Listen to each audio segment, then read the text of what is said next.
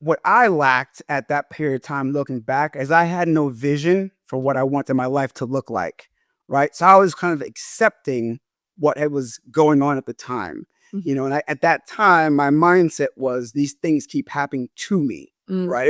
I wasn't taking accountability for my own actions. So I was like, these things keep happening to me. And I didn't have a vision of what do I want my life to look like?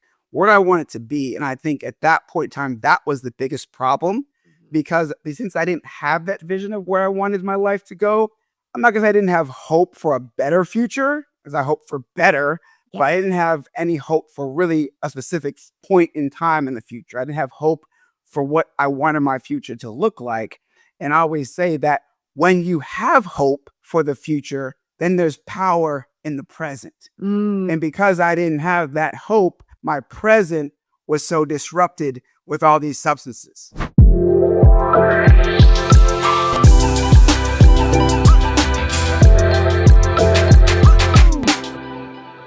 Welcome back to the Root, Realign, and Rise podcast, where we explore what it truly means to root in truth, to realign with what matters, and rise with responsibility in leadership and in life.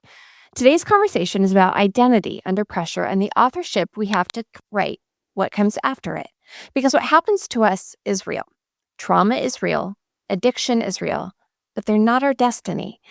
My guest today is living evidence that your starting point does not determine where your final form is.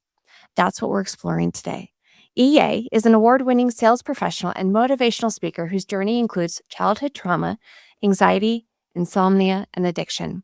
He rebuilt his life without formal rehab and went from barely making minimum wage to becoming a high-performing pharmaceutical sales leader and a sought-after speaker.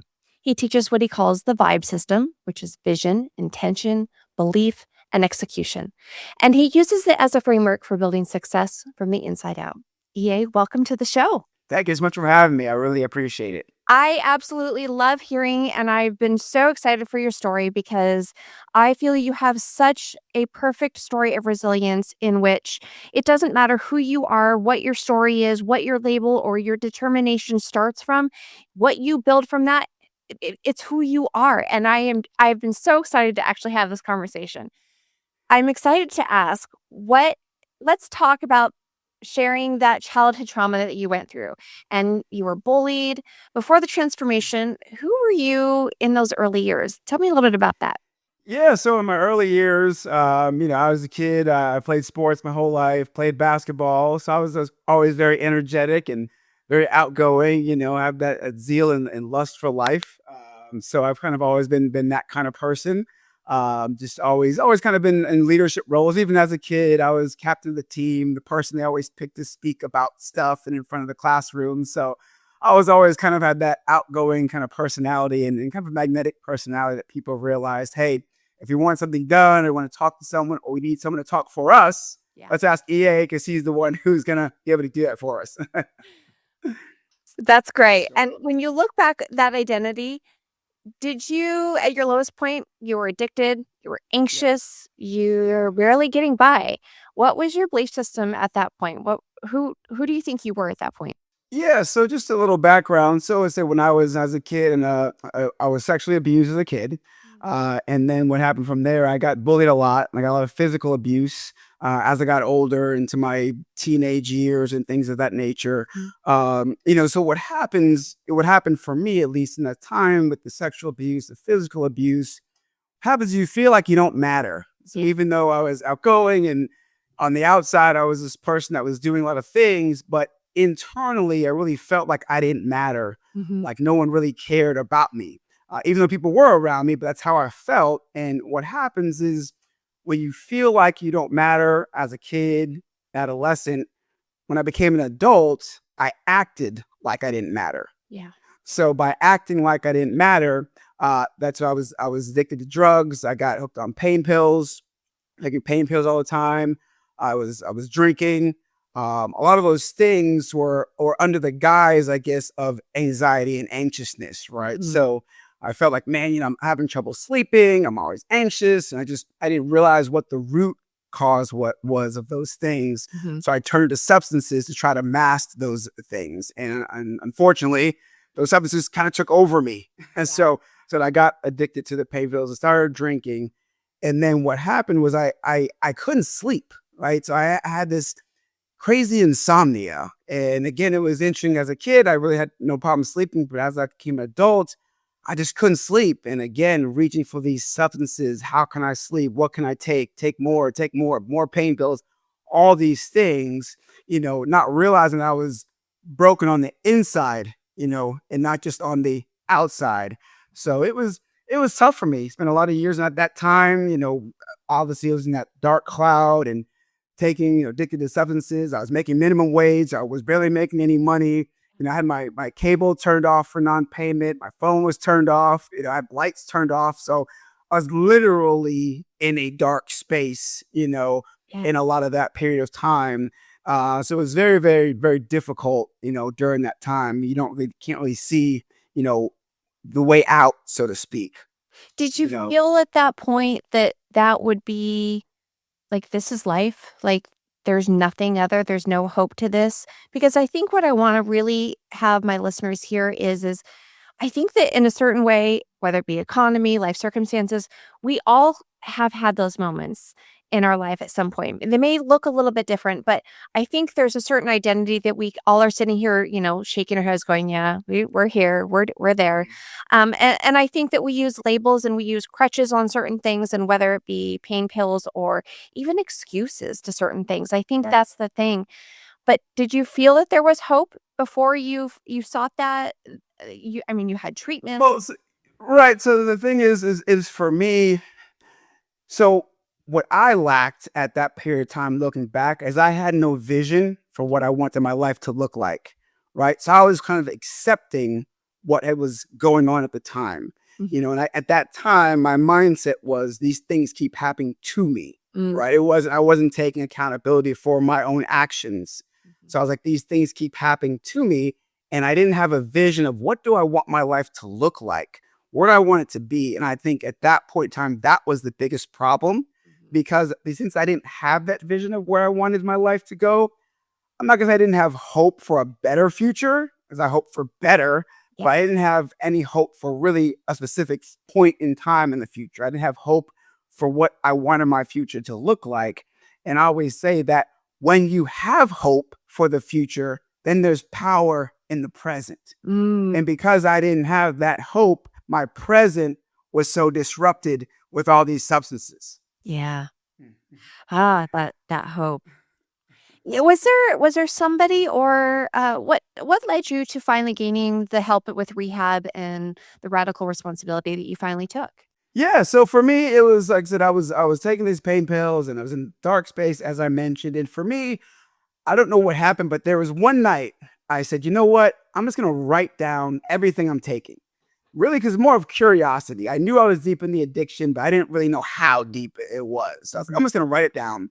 So one night I wrote down everything that I took that night. And then the next day, while I was still sober, I said, okay, I'm gonna read this list. Mm. And when I read this list, I mean, it literally was Vicodin, Percocet, Mm. Vicodin, half a bottle of wine, Percocet, another half a bottle of wine, half a bottle of NyQuil. And I looked at this list and I was not suicidal. I wasn't.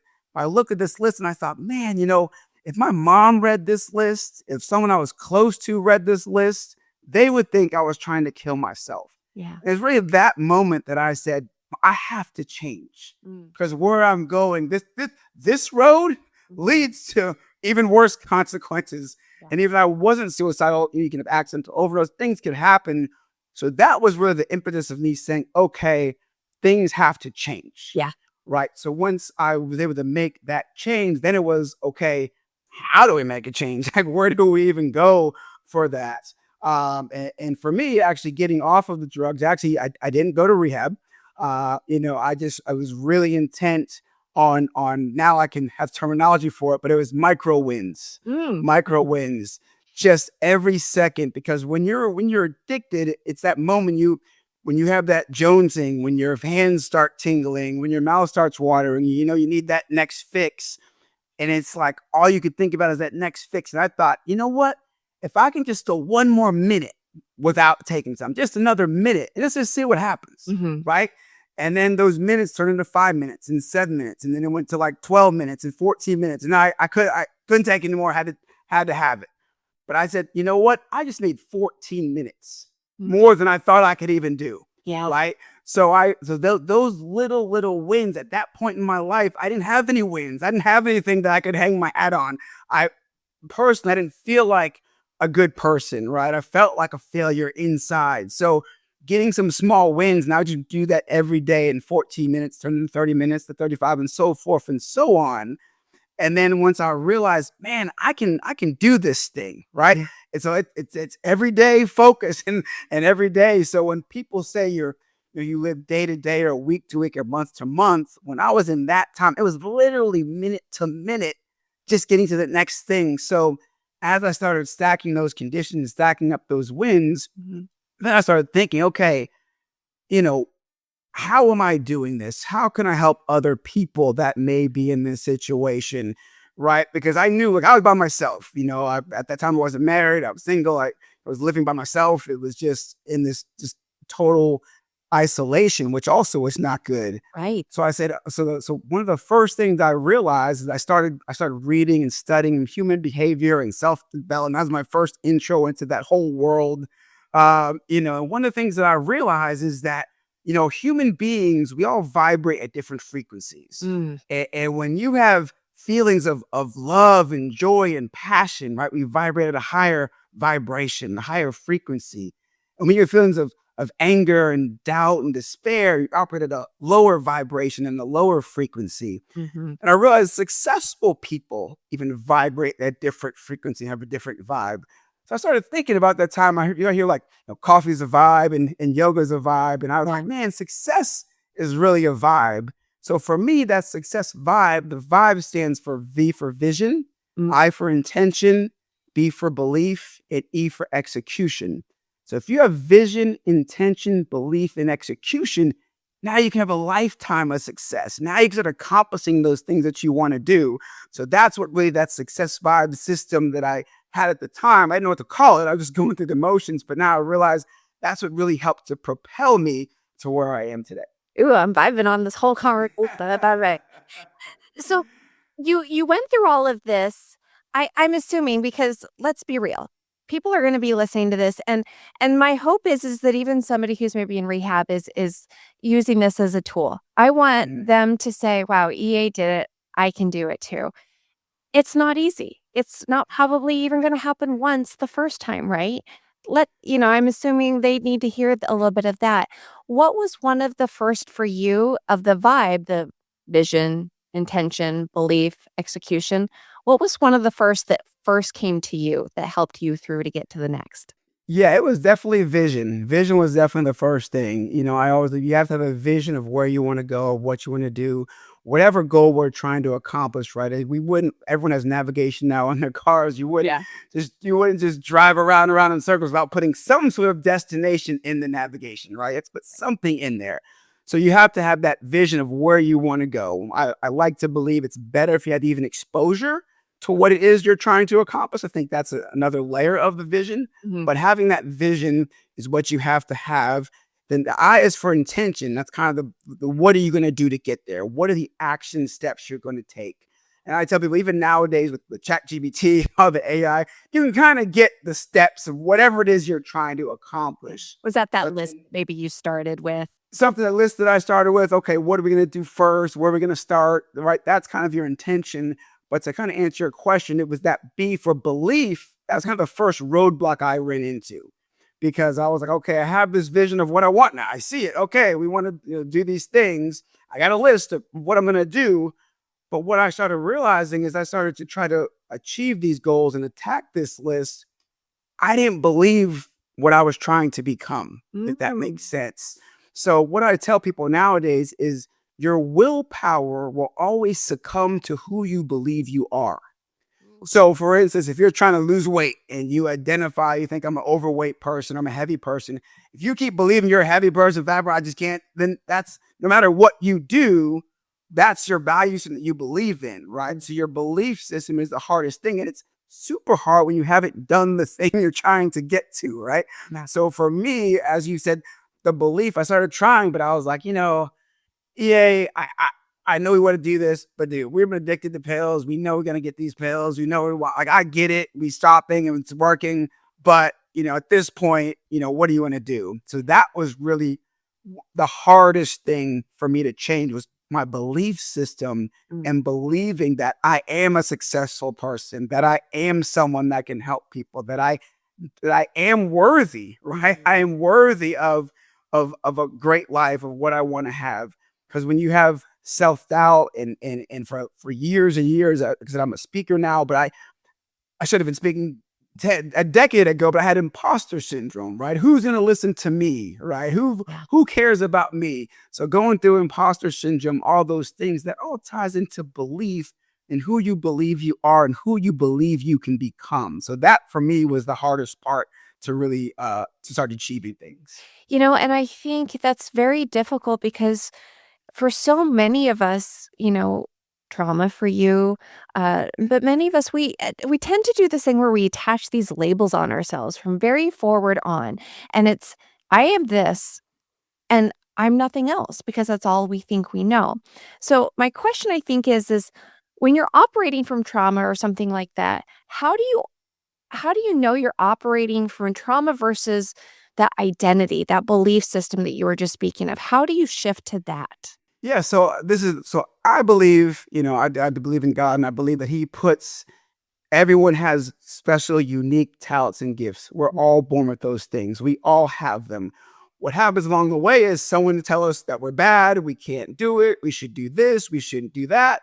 So what happens?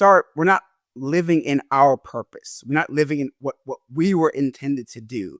And I think what happens is, at least for me, when I started to get more in alignment of what my purpose was, what I should be doing, things started getting easier. And it's just like, because when you follow your purpose and you're doing what you were designed to do, it's not a heavy lift. Mm. When I do other jobs that I've had, different things of that nature, and we're trying to get money and have a family, all those things, and which is important. It definitely is. But when it's not your purpose, when it's not what you were designed to do, Mhm. it's stressful. It's stressful. It's hard. You're trying to live in this life that is not necessarily what you were created to do. So that can be difficult. So to get back to your question, is the more I started moving in my purpose, Mhm.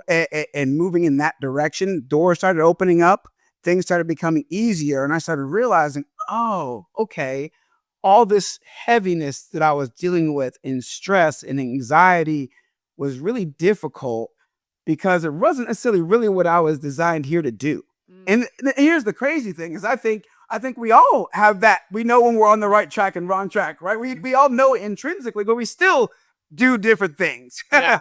But I think for me, going so dark in such a bad place, it was maybe a little easier for me to start to see, hey, this life over here and doing these things makes me feel better. And I think for me, because I was in that place, it wasn't really in the beginning so about money. I wasn't like, okay, I want to do something different to chase the money and chase that, which is all, I'm not saying that's not a bad thing, but when you really get into yourself, when you really can go inside and do the deep work on yourself, and that again is years and years, and I've literally hundreds of books that I've read, and really going into myself to go, okay, I'm a good person. Right, I'm a good person. I can do great things. I have greatness inside me because it was put inside me before I was born. I just have to do the things to let it out. So that was the challenge for me, and then really just started moving towards my purpose, and things started, kind of leveling off. It's interesting because I think I resonate with that. With the once you can believe in yourself, when you start to almost align and live in that, everything does become easier because you feel it. It's moving you. I mean, it becomes your passion. For me specifically, it became my healing specifically for, I mean, I do new things every day now that I never thought I would do before because I'm living it and I'm loving my life anymore with that. You are now an award-winning pharmaceutical sales rep though. I mean, you do some amazing things. You're a high performer. How do you sustain though? Because some people with addiction and things of that nature, they struggle to sustain that long-term discipline. How do you do it? What are the daily habits that anchor you? Yeah, so I mean, one thing about me, I am very disciplined. So there's a lot of things. So first of all, I'm a strong believer in health and wellness. I just think this is your temple. You have to treat it right, and a lot of issues you have is when this is off balance. So I'm very big into that. But some of the things that you said to help keep me anchored and keep me disciplined is that I do have a very strict morning routine. I have a lot of routines, but just one of the things I really believe in is just from the moment you wake up, how you start your day can really set up the rest of your day and sets you up for success. And so, like every morning, as soon as I wake up, one of the first things I do is I do read my Bible first thing upon waking, try to get in that spiritual mindset. Another thing that I do is I send out motivational texts to friends and family. So I do that again, just putting that good energy out in the atmosphere. As we know, those things will come back in some sort of way, but putting out that good energy in the atmosphere. I also have a gratitude journal. So I write in my gratitude journal, what am I grateful for? Usually it's in the morning. So it's last night, what happened yesterday that I'm grateful for, and what am I grateful for that I get to do today? So I have that gratitude journal, starting that off again, clearing my mind. And another thing I do, some people think is a little bit crazy, but I take an ice cold shower every morning. So I get in an ice cold shower. I really just kind of just clears my mind, gets my mind and my body just kind of aligned, to move forward. And that's part of the thing of, if I do hard things to myself first thing in the morning, right? Then those hard things that people are trying to throw at me later in the day, like I've already had some hard stuff that I've already done. So that's kind of a morning routine that I have that really sets me up for success. And I know the difference because again, when I was in those dark places, there was no routine. there was nothing that I did. It was just wake up and we'll see what happens today.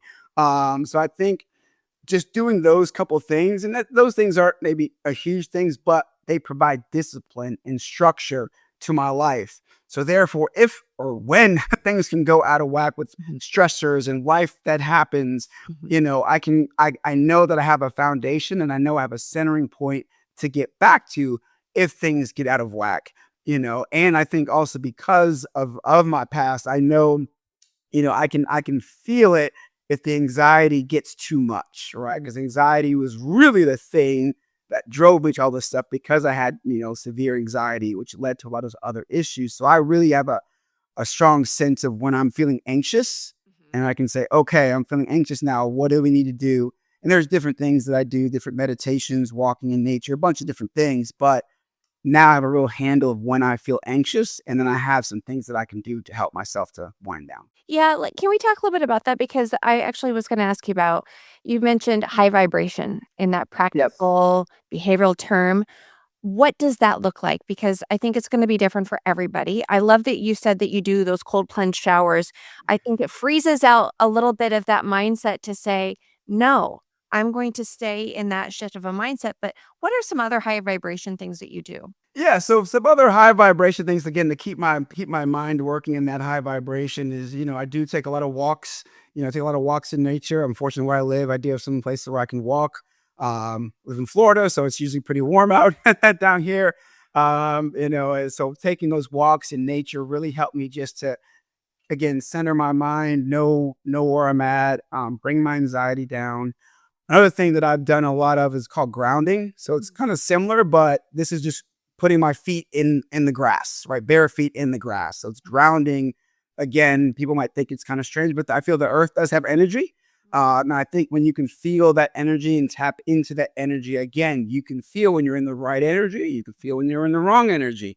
So getting yourself centered, those are some of the things that I do. I do work out a lot, so for me going to the gym also has to help me just to alleviate a lot of that stress and the mindset and keep my mind focused of where I'm trying to get to. So those are some of the things that are from a practical standpoint that I do to keep myself at that high vibration. But I think it's just really, but as I said before, high vibration is just feelings of love and joy and happiness. So it's really how do you get those feelings and how do you get those endorphins going? And those are some of the things that I do. But like I said, there's a lot of things that you can do to do that. But the key is knowing what are those things to do. How to get Because that vibe. how to get into that, vibe, because everyone's gonna have their own thing or Yeah. to do. Yeah. Okay, so there are gonna be people who say, "You know what? But my past disqualifies me." Yeah. What about that? What do you say about that? Yeah. Yeah, I hear that a lot. I hear that a lot, but my past, but I did this, Mm, but I did that. And again, I look at it. So one, you're just saying to yourself that you're not worthy of great things because of your past, mm, and that's not true. I think that again, I am a believer. I think, if you have some sort of belief system, you'll know that there's forgiveness is a big tenet of most religions that they have is forgiveness. And also to realize that whatever you have gone through has just prepared you for where you're about to go. yeah. I mean, when I was in, all my stuff, who would have thought that I would be doing what I am today? But all that prepared me because that was my purpose.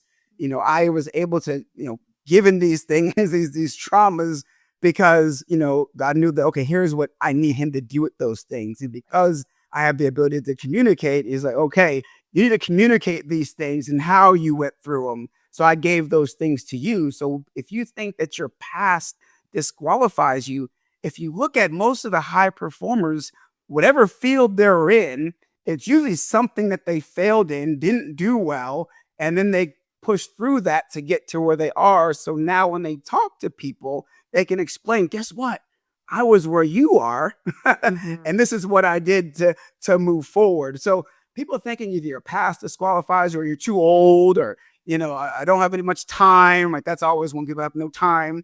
And I just say, really look at your life. Look at it as again, what do you want to do? You got to get a vision. And that's why I was going to vision. You got to have that. So if you get that vision of what it is you want, then you'll understand your past is not going to disqualify. Your past has uniquely enables you to do this certain thing over here because now you're hardened, right? We have those calluses, just like when you work out, you get calluses on your hands and feet and whatever else, but that prepares you to lift more weight. So the heavier that burden, if you've been calloused, you can carry that weight and move forward. You know what I absolutely love about this? This is exactly why I created the show. Your roots are only your roots. You can still realign with them and you can still rise through that. So I love that. Before we close, I ask this of everybody, what is one daily practice that somebody can take from what you have implemented in yourself and they can rebuild that trust in themselves? What can they do today? Yeah, so I think to like I said, my morning routine, I wouldn't say I say all those things, but get something that in the morning that you do every single day that's just for you, right? It's not because your spouse, mother, brother, boss, someone said you to do it. Something for you. That could be anything. Maybe it's the way you do your hair or paint your nails or whatever. And my wife has a bunch of rituals that are a lot different than mine. So whatever that is, They'll be different. right? That'll be different. But whatever it is to let you know Mhm. that you can be great and that you have greatness inside you and helps you set you up for the day. That's one thing I would say to definitely try to do every single morning. And the second thing is just have a belief. Believe in yourself. And that usually comes, one of the quotes that I've heard recently was confidence comes from keeping the promises you make to yourself. Ooh, that's good. Confidence comes from keeping the promises you make to yourself.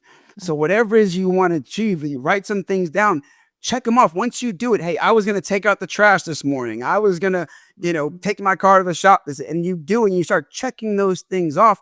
Those again, micro wins start giving you confidence that you become someone who achieves what they say they're going to achieve. Mm. You start that with the micro wins. So start doing that and you start seeing it over the course of a day, a week, a month. Man, I've achieved 30, 40, 50 things. The mindset starts shift from someone who believes they can't do to someone who knows they can do. Mm. So that's what we start doing to help begin changing your mindset. Yay, this is so good. I really believe that there is at least one person out there who needed to hear this today. So I appreciate that. Where can they find you if they want to reach out, find out more, hear Yeah. about you? Yeah, definitely reach out. I'm on Instagram. It's just at EA Johnson Speaks. You can always email me. It's info at EA Johnson Speaks. And my website, which is just eajohnsonspeaks.com. So all those three places, you can reach me. I'm very accessible. I love to help. Hopefully with more people from your show. it can really help as many people as possible. Help people to root, realign, and rise as much as we can.